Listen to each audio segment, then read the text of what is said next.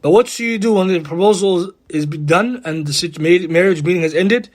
Now it's time for the woman to pray istikhara, and also the man can pray istikhara as well.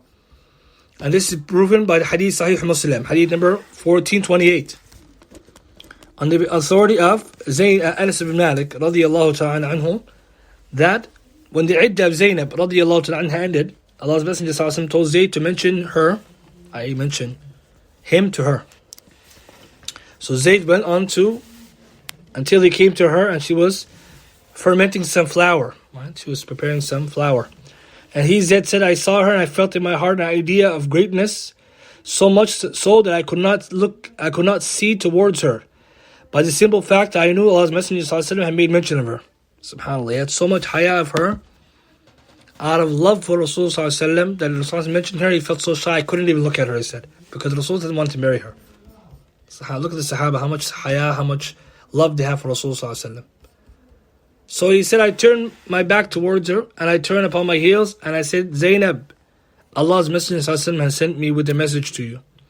She said, I do not do anything until I solicit or I speak or consult my Lord. So she stood at her place and she worshipped. Allah Mubarak. Look at the religiosity of the mother of the believers. Radiyallahu ta'ala anha. That's Zaynab. Radiyallahu ta'ala anha. Look at this. As soon as she got this, she told him, I'm not going to respond until first I consult my Lord. Subhanallah. ما أنا بصانعة شيئا حتى أوامر ربي.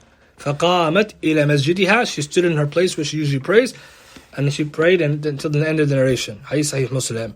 From this hadith, the benefit, Imam An-Nasa'i, rahimahullah, in his Sunan, he writes, chapter, a woman doing istikhara if she receives a proposal of marriage. So there's a benefit for the sisters, and also you can send inshallah for the brothers. And when you receive a proposal, before you accept, you do istikhara. Istikhara. And we'll mention in a minute, istikhara or istishara, which one comes first. But it's a benefit. You don't just answer immediately. You do the istikhara, ask Allah. And Hafiz ibn Hajar writes in Fath al-Bari, volume 10, page 504, that in this hadith, is the recommendation for a woman to pray istikhara and making supplication to Allah when she's proposed to before responding, before she responds. So this is an important step that cannot be missed. Ask Allah to guide you to that which is better. Ask Allah to make it work. Ask Allah to allow you to marry the person who's good for you. Whoever seeks Allah's counsel has always been successful. It's very important these steps to be taken into consideration, because we said this is the way a person is going to get married for Allah's sake.